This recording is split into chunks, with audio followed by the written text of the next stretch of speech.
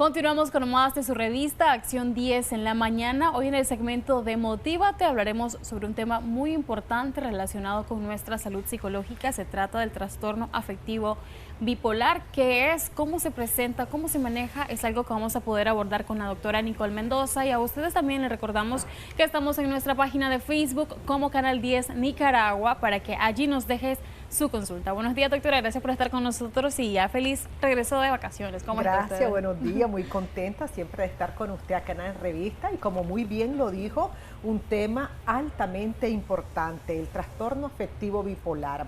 Cuando hablamos de la bipolaridad nos estamos refiriendo a una patología de la salud mental, es una enfermedad de índole psiquiátrica, digamos crónica.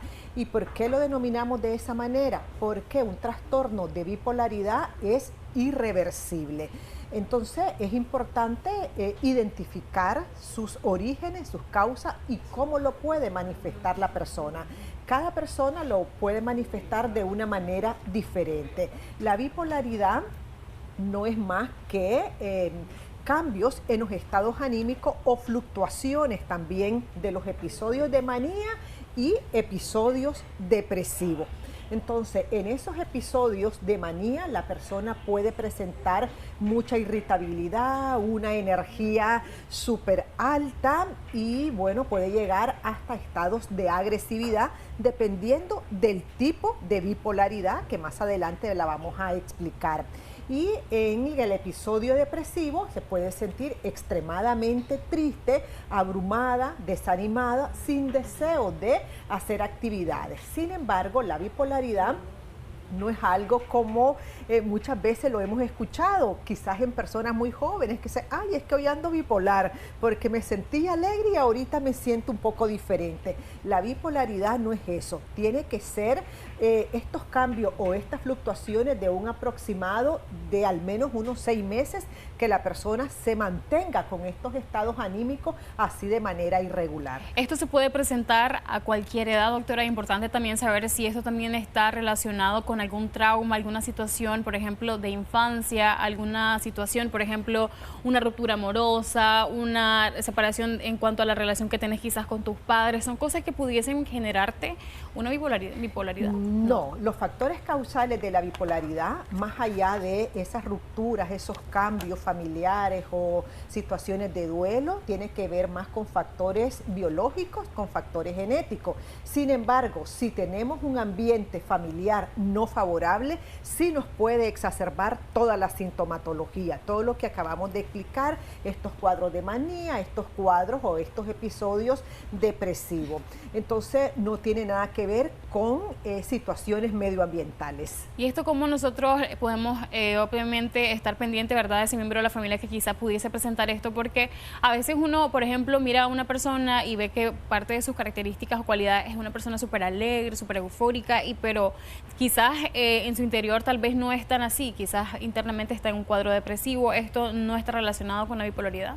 A veces habría que revisar, porque usted me hacía una pregunta, como a qué edad nosotros podemos comenzar a identificarlo.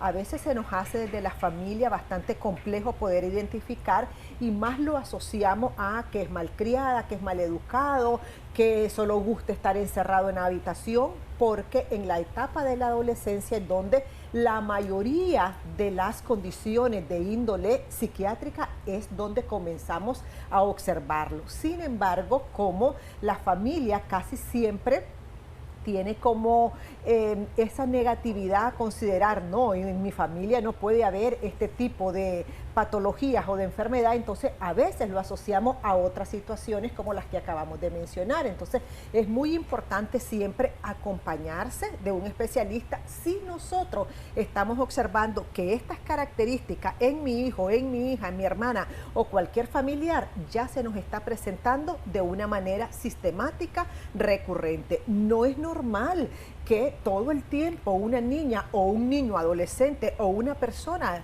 mayor esté cambiando de estado anímico. Hoy me levanté que nadie me hable y no pasó nada, pues, pero me levanté súper molesta. Al ratito estoy como que no ha pasado absolutamente nada y tal vez contesté mal, tal vez herí emocionalmente a esa persona, pero al rato no pido disculpas y como que aquí no ha sucedido absolutamente nada. Entonces es importante, si eso se nos está dando muy frecuente, que visitemos un especialista para que salgamos de dudas. ¿Cuáles son esos factores de riesgo al momento del cual nosotros no atendemos, verdad? Obviamente, ¿cómo se establece ese diagnóstico? ¿En cuánto tiempo un especialista puede determinar si una persona efectivamente está frente a un caso de bipolaridad? Excelente su pregunta, porque muchas veces creemos que con una sola consulta ya vamos a tener un diagnóstico y siempre le explicamos a los pacientes.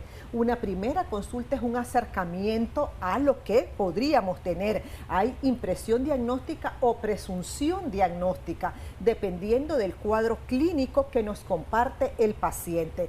Una vez que nos han explicado su cuadro clínico, comenzamos a aplicar, en mi caso personal, aplico test, porque quiero explicar esto también. A veces podríamos llegar a confundir un trastorno bipolar con un TLP, o sea, un trastorno límite de personalidad, porque tienen características muy parecidas. Entonces hay que aplicar test de personalidad para saber si estamos frente a un TLP o una bipolaridad. Entonces el manejo psicológico es muy importante, porque nosotros vamos a determinar si derivamos a la persona o hacemos una interconsulta con psiquiatría. Eso va a depender del tipo de bipolaridad, porque tenemos 3 tipos de bipolaridad.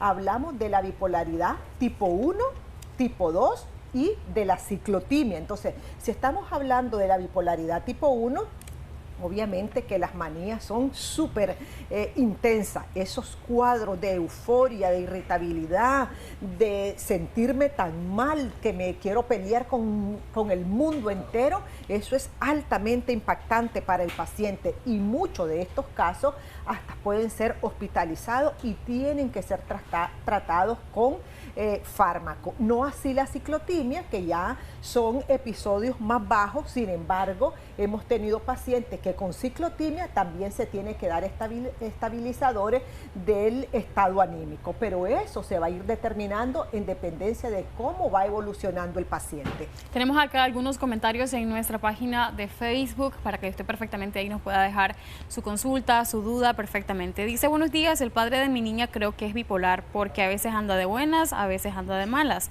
Yo vivo en Managua y él ahorita no, pero de repente le agarra de pelear, luego manda mensajes así como sin sentido, caritas llorando, escribiendo como si nada. Bueno, lo importante es lo que nosotros decíamos hace unos minutos, que no seamos nosotros, que no seamos la familia a la que le digamos, mira, vos sos bipolar. La mejor ayuda es decirle, yo veo que constantemente estás cambiando y me envías mensajes, unos bonitos, otros desagradables, entonces yo te recomiendo que vayamos al especialista y así salimos de duda, pero que no sea ella la que esté determinando si es o no es bipolar, mejor que sea el especialista. ¿Eso cuál podrían ser en cuanto a el factor de riesgo, doctora? ¿Pudiese esto tener una consecuencia de violencia en algún punto cuando no hay un manejo de la bipolaridad? Efectivamente se podría dar un episodio agresivo, porque son fluctuaciones en los estados anímicos, y esos estados o esos episodios de manía sí podrían llevarnos a una agresión. Por eso es importante el manejo psicológico y, de ser posible, el manejo psiquiátrico. Una vez que se trata los episodios, en cuanto a lo que usted ha venido explicando desde el principio, ¿esto tiene una forma regular de presentarse o qué pasa en este sentido? No, una vez tratado, entonces la persona se mantiene relativamente estable, funcional, pueden integrarse perfectamente a sus labores cotidianas, a establecer una vida bastante funcional. Por eso es muy importante, si el paciente ya diagnosticado con bipolaridad está tomando fármaco, que tenga adherencia a su tratamiento.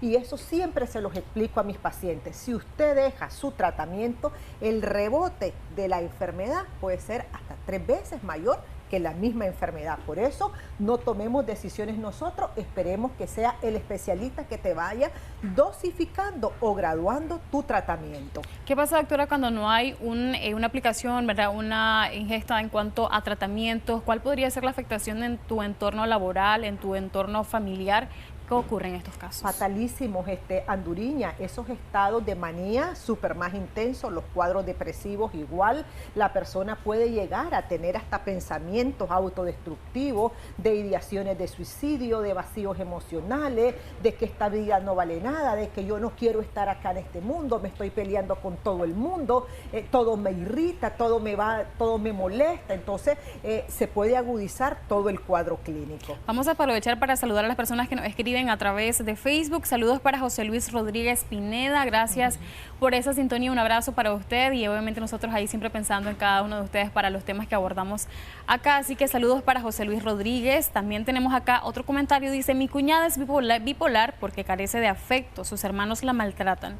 ¿Es eso posible que la mala vida que le dan pudiese provocarle esto? No, ya lo explicábamos. La mala vida nos puede dar una carencia, denominamos carencia afectiva emocional. Y si tenemos esas carencias, me siento solo o me siento sola, entonces sí puedo desencadenar en un acto agresivo que no necesariamente es un cuadro bipolar. Tenemos acá la última consulta, dice: de repente estoy riéndome con las personas, pero cambio de humor a estar molesto y contestar de mala manera. Dice: me dan ganas de aislarme, a veces podría consulta si pudiese tratarse de un caso de bipolaridad. Dependiendo la frecuencia, si eso es, lo decíamos también, ¿verdad? Si esto nos ha mantenido, no sé, en un periodo de un mes, 6 meses, entonces tendríamos que evaluar. No quisiera decir si es, no es, lo importante es acudamos al especialista, digamos qué es lo que estamos sintiendo sin pena, porque a veces sí no vamos por nuestra cuenta, nos lleva un familiar, entonces nos da vergüenza decir: mire, mi comportamiento es de esta y de esta manera,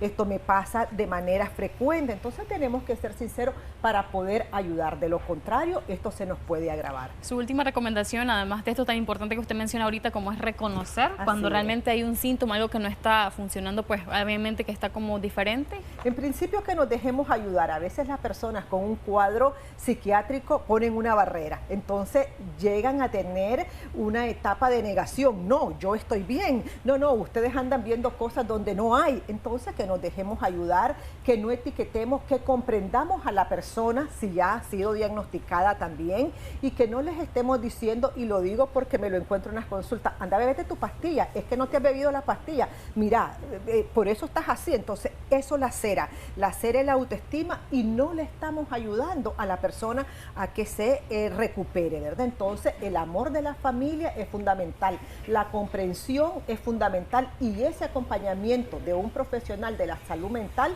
es determinante también para estos cuadros de patología mental. Muchísimas gracias, doctora, por esa información tan importante. En pantalla está su contacto telefónico. Si usted tiene una duda, perfectamente se puede comunicar con ella de esa manera. Nosotros así hacemos un breve corte comercial. Ya regresamos con mucho más de su revista Acción 10 en la mañana.